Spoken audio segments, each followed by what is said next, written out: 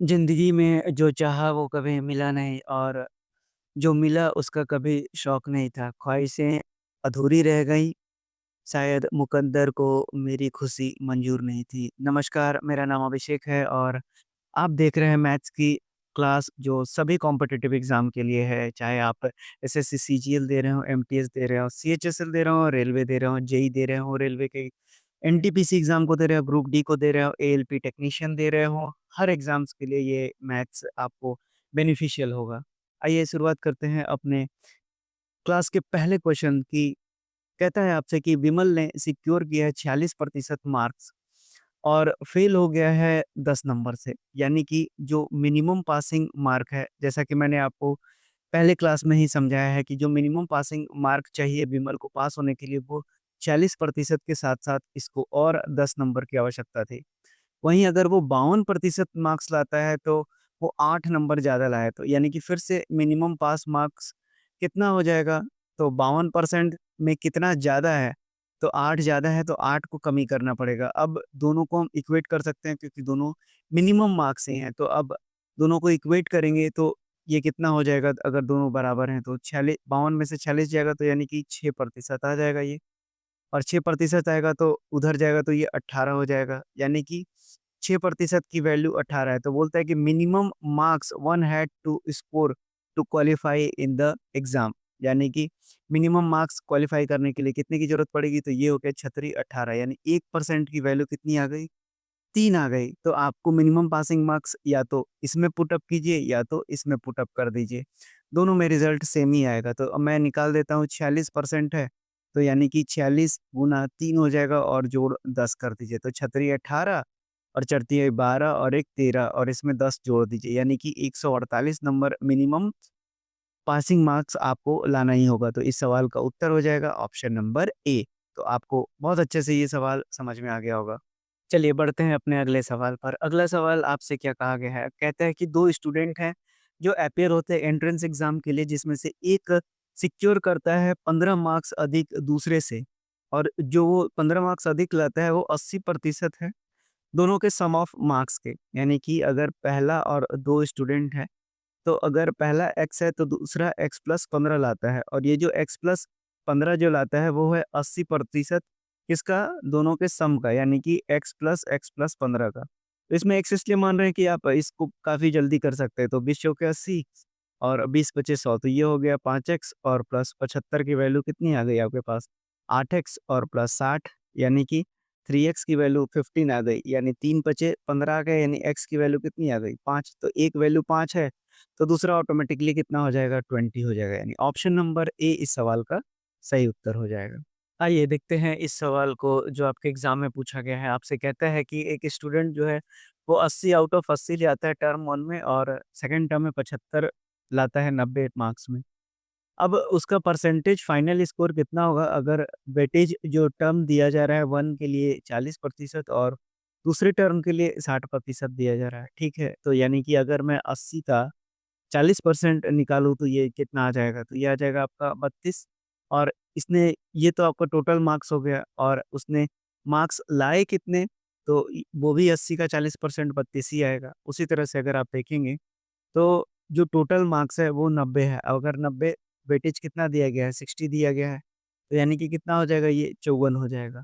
और उसी तरह से जो मार्क्स ये लाया है उस पर अगर 60% का वेटेज देखेंगे तो 75 का 60% आपको निकालना पड़ेगा। तो यानी कि अब ये कितना हो जाएगा? तो ये हो जाएगा 45 नंबर यानी कि टोटल नंबर कितना आया इसका 32 और 45 कितना में आया? तो 32 और 54 के जोड़ में आया। अब आपसे यही तो पूछा था कि कितना लगभग-लगभग आएगा, तो परसेंटेज में पूछा है तो 100 से कर दीजिए। ये कितना हो जाएगा?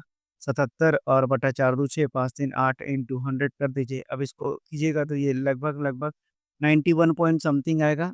क्यों? क्योंकि ये देखिए ना 76 यानी 86 और 77 को भाग लगेगा तो लगभग-लगभग 9 के आस-पास जाएगा। तो यानी कि 90% एप्रॉक्स इसका आंसर हो जाएगा। यानी कि 90 इस सवाल का सही उत्तर हो जाएगा। आइए समझते हैं इस बेहतरीन सवाल को। देखिए ये सवाल क्या कहता है? कहता है कि जो एवरेज मार्क्स ऑब्टेन किया गया है मैथमेटिक्स में पूरे स्टूडेंट के द्वारा क्लास में वो 70 है।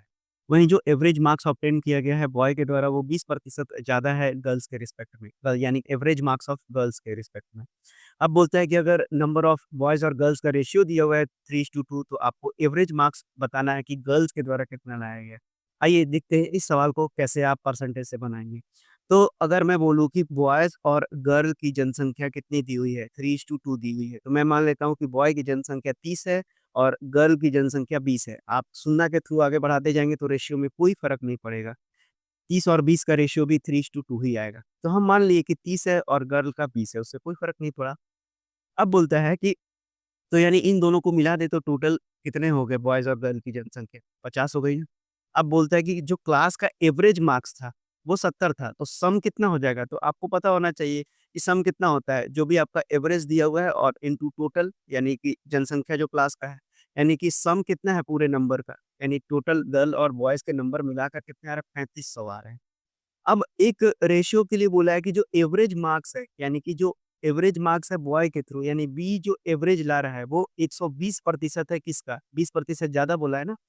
कितना? तो गर्ल का बोला है, तो गर्ल एवरेज ले लेते हैं। अब ये कितना हो जाएगा? 20 छक्का 20 से 20 पच्चीस 100 यानी कि जो बॉय एवरेज है और जो गर्ल का एवरेज दिया हुआ है वो कितना आ गया? 6:5 आ गया। यहाँ तक किसी को कोई डाउट नहीं होना चाहिए। अब आगे देखिए।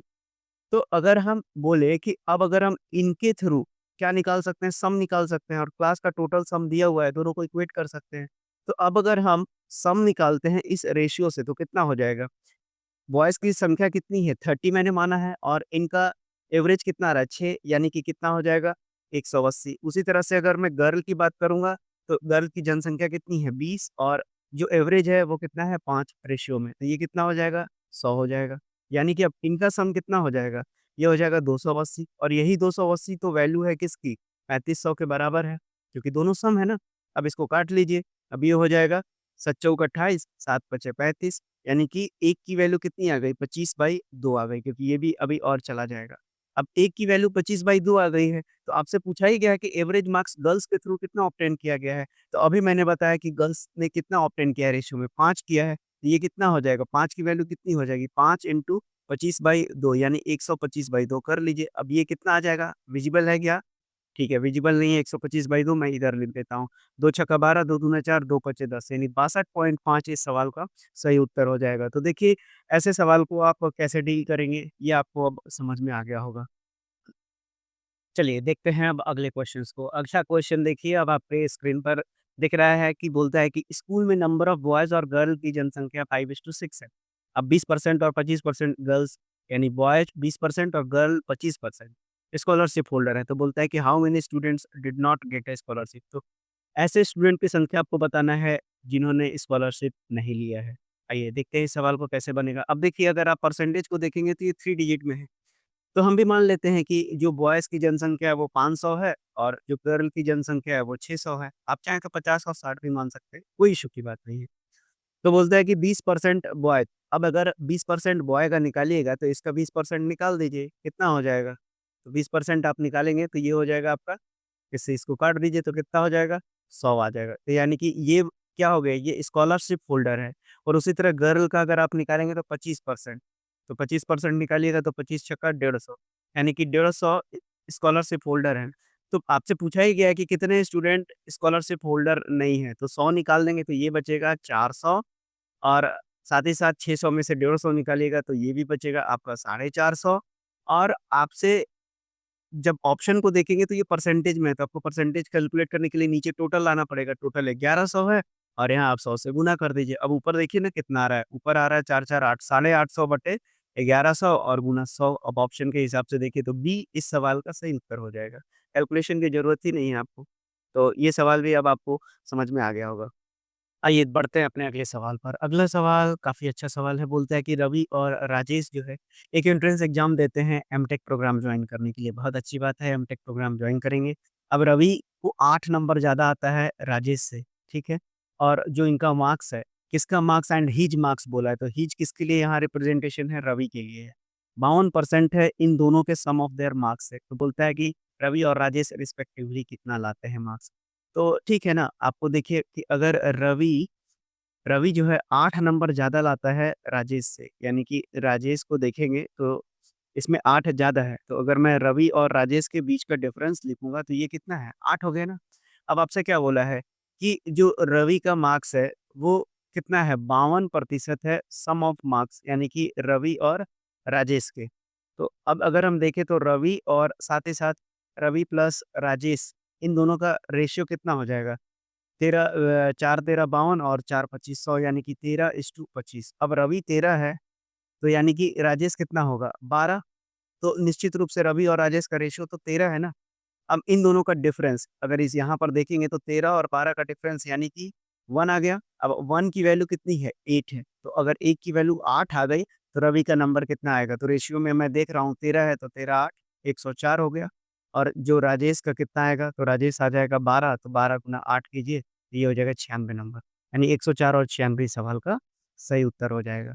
तो आप इसको चाहते तो एक्स मान के भी बना सकते थे, ज़्यादा टाइम टेकिंग नहीं होता, लेकिन आप देखिए कैसे आपको बनाना है ना? मैं आपको दोनों मेथड बता दिया। अब आप एक्स से भी इसको मानेंगे तो कोई दिक्कत नहीं है। अगर मान लेते हैं कि राजेश को आपने एक्स माना, तो रवि कितना लेकर आएगा? देखिए ये एक्स प्लस 8 आ जाएगा। अब उसी तरह से आप देखिए तो रवि अब अगर मैं इस इक्वेशन इक्वेशन तो यही आएगा ना आपका, तो यानी कि एक्स बटे अब एक्स प्लस 8 है रवि और यहाँ पर रवि कितना था? रवि यहाँ पर भी x प्लस 8 था और राजेश कितना माना था हमने? x माना था। ये कितना है? 13/25 के है। तो अब आप कर लीजिए इसको तो 25x और 25 अठे 200 और यहाँ हो जाएगा 13 दूना के 26x और साथ ही साथ 13 8 104 आ जाएगा। तो अब यहाँ पर ये 25x और 26x दोनों का डिफरेंस कर लीजिए तो x बचेगा 200 में से 104 घटाइएगा तो 96 आ जाएगा।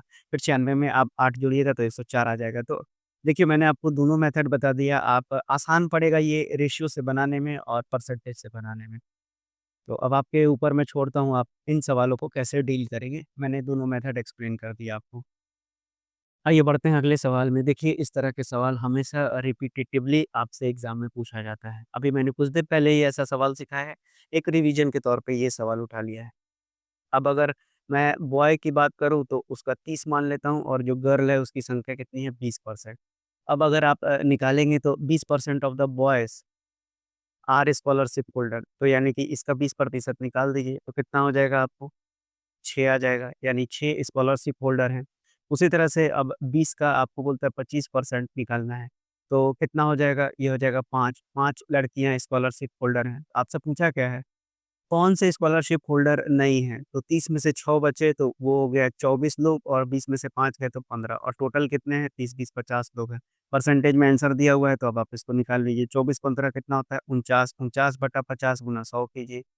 सॉरी 39/50 अब 50 दूना 100 और 39 दूना 78 यानी कि इस सवाल का सही उत्तर हो जाएगा ऑप्शन नंबर ए। तो अब आप इस तरह के सवाल को भी बना लेंगे आसानी से। आइए आपको ऐसा सवाल बताऊँ जो आपको एग्ज़ाम में उलझा देता है, लेकिन अब आप नहीं उलझेंगे, देखिए कैसे बनाते हैं इस तरह के क्वेश्चंस को। बोलता है कि किसी एग्ज़ामिनेशन में 80% स्टूडेंट पास हैं फिज़िक्स में, 70% पास हैं केमिस्ट्री में और 15% फेल हो गए हैं दोनों सब्जेक्ट में। अभी यहाँ पास होता है तो कंडीशन कुछ और हो जाती है, लेकिन यहाँ बोल दिया है कि दोनों सब्जेक्ट में 15% फेल हैं और 325 स्टूडेंट जो हैं दोनों सब्जेक्ट में पास हैं। तो बोलता है कि टोटल नंबर ऑफ स्टूडेंट्स आपको बताना है जो एग्ज़ाम में अपीयर में। पहले इसके बेसिक कॉन्सेप्ट को समझिए फिर दोनों तरीका बताता हूँ आपको। देखिए, मान लेते हैं कि जो टोटल जो संख्या थी, मान लिया मैंने कि टोटल संख्या 100 थी। अब देखिए कि 100 में से अगर 80% पास है, यानी कि 80 लोग तो पास हो गए। ये पास की संख्या मैं लिख रहा हूँ, तो फेल कितने हुए? 20 हुए।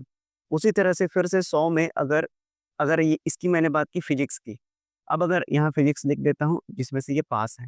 अब जो है आपको केमिस्ट्री की बात कर रहा हूँ, तो केमिस्ट्री में 100 में से 70 लोग पास हो गए हैं क्योंकि 70% है ना, तो यहाँ पर पास की संख्या 70 हो गए, तो फेल कितने हुए? 30 हुए। अब आपसे कहा गया है कि 15% दोनों में फेल हैं, यानी कि बोथ की बात की जा रही है, फिजिक्स और केमिस्ट्री दोनों की बात की जा रही है। तो अब अगर मैं इसको 100 में देखूँगा तो उसमें क्या बोला है इसने? 15% फेल हैं, यानी पास की संख्या कितनी है? पास की संख्या 85 लोगों की है ना? तो 85 और यहाँ फेल की संख्या कितनी है? 15। अब बोला है कि पास स्टूडेंट की संख्या 325 है, तो पास वाला सेक्शन कौन-सा है? ये वाला सेक्शन है, यानी कि अब 80 और 70 ये तो मिलके टोटल फिजिक्स और केमिस्ट्री के पास हो गए, लेकिन दोनों में पास कितने हैं? 85 लोग हैं, तो ये दो 85 तो इंक्लूडेड है ना इन दोनों में, तो 85 को हमको हटाना पड़ेगा ये बोथ वाले को। तो यानी कि जो टोटल पास की संख्या है 100 में कितने हो गए 8 7 15, 150 में से 85 घटाएंगे तो 65 आएगा। यानी कि ये हो गया मेरे पास टोटल पास की संख्या, और यही 65 की वैल्यू कितनी दी हुई है, बोला तो है कि 325 लोग पास हैं। तो मैंने 100 मान के बनाया था, इससे अब 65 को इक्वेट करना पड़ेगा 325 से। ये गया 5 बार में, 1 की वैल्यू 5 है, मैंने 100 माना था टोटल। तो यानी कि टोटल स्टूडेंट की संख्या कितनी हो गई, 100 गुना 5 यानी कि 500 आ गया। तो यानी कि इस सवाल का तो उत्तर हो गया, बहुत आसानी से आप निकाल सकते हैं 500। लेकिन अब मान लीजिए कि इतना आप नहीं करना चाहते हैं, आपका इतना बेसिक्स क्लियर नहीं है, जो अब तो क्लियर हो गया होगा। अब आपसे पूछा क्या था कि सीधे 325 पास से स्टूडेंट दिया हुआ था ना, तो देखिए, आप देखिए 80% और 70% ये दोनों क्या थे? पास थे, लेकिन 15% फेल थे। तो फेल थे तो पास कितने थे? 85% ना, तो यानी इसमें से, क्योंकि ये दोनों में तो इंक्लूड है ना वो 85%, तो इसको हटाना पड़ेगा 85% को। अब इसको भी सॉल्व कीजिएगा तो ये कितना आ जाएगा आपका 65%। और आपके पास जो ये 65 की वैल्यू है वही तो कितनी दी हुई है, यही प्रतिशत कितना दिया हुआ है, ये 325 के बराबर दिया हुआ है। तो यानी कि फिर से ये 5 आ जाएगा, तो यानी कि 1 की वैल्यू 5 है तो 100% की वैल्यू कितनी हो जाएगी? 500 हो जाएगी। तो ऐसे भी आप निकाल सकते थे, ये भी आसान मेथड था। तो मैंने आपको दोनों मेथड समझा दिए हैं, आपको दोनों में से जो पसंद है आप एग्ज़ाम में बना सकते हैं, और ऐसा एग्ज़ाम आपको, ऐसा जो क्वेश्चन है हर एग्ज़ाम में आपको देखने के लिए मिलेगा। अब आइए बढ़ते हैं इस सवाल की ओर। इस ये सवाल आपसे कहता है कि एक एग्ज़ामिनेशन में 30% मार्क्स चाहिए पास होने के लिए, ठीक है? अब जो है कैंडिडेट को 210 नंबर आता है, लेकिन वो फेल हो जाता है 21 नंबर से। यानी कि जो पास मार्क्स है वो कितना होना चाहिए? मार्क की बात कर रहे हैं, यानी कि 210 में तो फेल हो गया, 21 नंबर और लाना पड़ेगा इसको। ये 231 नंबर लाएगा तब ये पास होगा। अब बोलते हैं कि total marks for the examination, तो ये 30% की वैल्यू कितनी आ गई? यही तो पास मार्क्स है, 231 है। तो 100% की वैल्यू आपसे पूछा गया है कितना होगा, तो 231 बटा 30 गुना 100 कर दीजिए। इसको काट दीजिए, अब ये हो जाएगा 3 सत्ते 21, 3 सत्ते 21, यानी कि टोटल आपके पास कितना मार्क्स हो जाएगा? 100% में देखेंगे तो ये, अरे यार बराबर कैसे होगा? चलिए बढ़ते हैं अगले सवाल पे, जो आपको हर एग्ज़ाम्स में पूछा जाता है इस तरह के सवाल। बोलता है कि एक एग्ज़ामिनेशन है जिसमें कि 30% मार्क्स चाहिए। भाई हमारे यहाँ तो 33% होता है।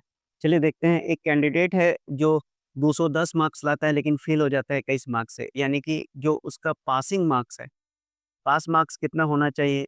ये होना चाहिए 210 और 21, यानी कि कितना हो जाएगा टोटल उसको 1, 2, 1, 3, 231 नंबर लाना होगा पास होने के लिए। और बोलता है कि 30% में वो पास हो जाता है, यानी 30% की वैल्यू कितनी दी हुई है? 30% की वैल्यू दी हुई है आपका 231। तो यानी कि अब बोला है कि टोटल मार्क्स कितना हो जाएगा, तो 100% ही होगा भाई टोटल मार्क्स, तो 231 बटा 30 और गुना 100 कर दीजिए। ये कितना हो जाएगा? 3 सत्ते 21, 3 सत्ते 21, यानी कि 770 नंबर में ये पास हो जाएगा। लेकिन ऑप्शन में कुछ नहीं है भाई साहब, ये टाइपिस्ट भी, ठीक है। देखिए, अब जो है टाइपिस्ट की गलती है तो कोई बात नहीं, इसको आप या तो 33% कर लीजिए, या फिर इस ऑप्शन को आप 770 बना लीजिए। चलिए 33% की वैल्यू भी मैं रख के दिखा देता हूँ। 33% की वैल्यू है 231, तो अब अगर मैं 100% निकालूँगा तो कितना हो जाएगा? ये हो जाएगा 231 बटा 33 और गुना हो जाएगा 100। तो ये हो जाएगा 11 तिया 33, 11 दूना 22, 11 एकम 11, 3 सत्ते 21, तो देखिए ये 700 आ जाएगा। तो आपको मैंने तरीके बता दिए, आप चाहें तो अ, मतलब आपको ये क्वेश्चन अब समझ में आ गया होगा। आइए देखते हैं इस सवाल को, काफ़ी अच्छा सवाल है। आपसे पूछा गया है कि Rahul had to appear for a test in 4 subject. देखिए, राहुल भाई को 1, 2, 3, 4 सब्जेक्ट हैं, ठीक है? अब चारों सब्जेक्ट में अपीयर होना है, तो पहले 3 में इनको मैक्सिमम मार्क्स 50 हैं, यानी कि जो आपका मैक्सिमम मार्क्स है यहाँ पर, ये कितना दिया हुआ है? पहले 3 में यहाँ भी 50 नंबर है, यहाँ भी 50 नंबर है और यहाँ भी 50 नंबर है। अब कहा गया है कि जिसमें कि इन्होंने, यानी कि इन तीनों में मिला के राहुल भाई को 60% एवरेज नंबर मिला है, ठीक है? और कहा जाता है तो 60% एवरेज मिला है, यानी कि तीनों में मिला के कितना नंबर आया है? यानी कि हम 60% अगर निकाल दें 150 का, तो कितना आ जाएगा आपके पास? ये आ जाएगा 90 नंबर, यानी तीनों में मिला के राहुल भाई को 90 मार्क्स मिले हैं, ठीक है, 150 में। चौथा में कहा गया है कि राहुल भाई 54 नंबर लाते हैं, और जैसे ही 54 नंबर लाते हैं, जो ओवरऑल है, ओवरऑल जो परसेंटेज है वो बढ़ के कितना हो जाता है? 64% हो जाता है, ठीक है?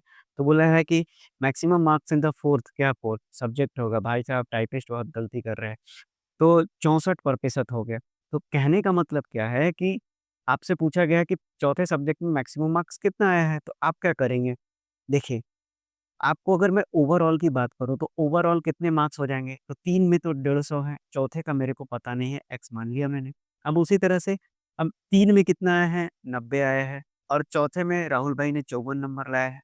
अब ये जो है, ये हो गया आपका टोटल जो राहुल मार्क्स ने ऑब्टेन्ड किया और ये क्या है आपका टोटल मार्क्स है। अब ये क्या आ जाएगा? अब यही तो है 64% के बराबर, तो 64% कितना होता है? 64/100 होता है। यानी कि 144 बटा 150 जो एक्स है, वो कितना है? 64/100 है। अब कर लीजिए, 16 चौके 64, 16 नवा 44, ये हो गया 25, तो ये हो जाएगा एक्स प्लस 150 की वैल्यू आ गई 225, यानी कि एक्स की वैल्यू कितनी आ जाएगी आपके पास? 75 आ जाएगी, यानी ऑप्शन नंबर ए इस सवाल का सही उत्तर हो जाएगा। तो आप देखिए, अब आपको परसेंटेज के क्वेश्चंस भी बनने लगे होंगे, आपको समझ में भी आ रहा होगा। तो रेगुलर बिल्कुल बने रहिए, ये हमारा आज के लिए आखिरी क्वेश्चंस है। अब हम आगे की क्वेश्चंस को कल देखेंगे, कल और बेहतरीन क्वेश्चंस के साथ आपके पास आएँगे। हर तरह के पैटर्न मैं आपको कराता चला जा रहा हूँ जिससे कि आपकी समझ विकसित हो जाए और एग्ज़ाम्स में आपका क्वेश्चन गलत ना हो या फिर बहुत कम हो। तो इसी सोच के साथ आगे बढ़ते रहिए, पढ़ते रहिए, रिवाइज़ ज़रूर करते रहिए ताकि आप एग्ज़ाम को क्रैक कर सकें। धन्यवाद।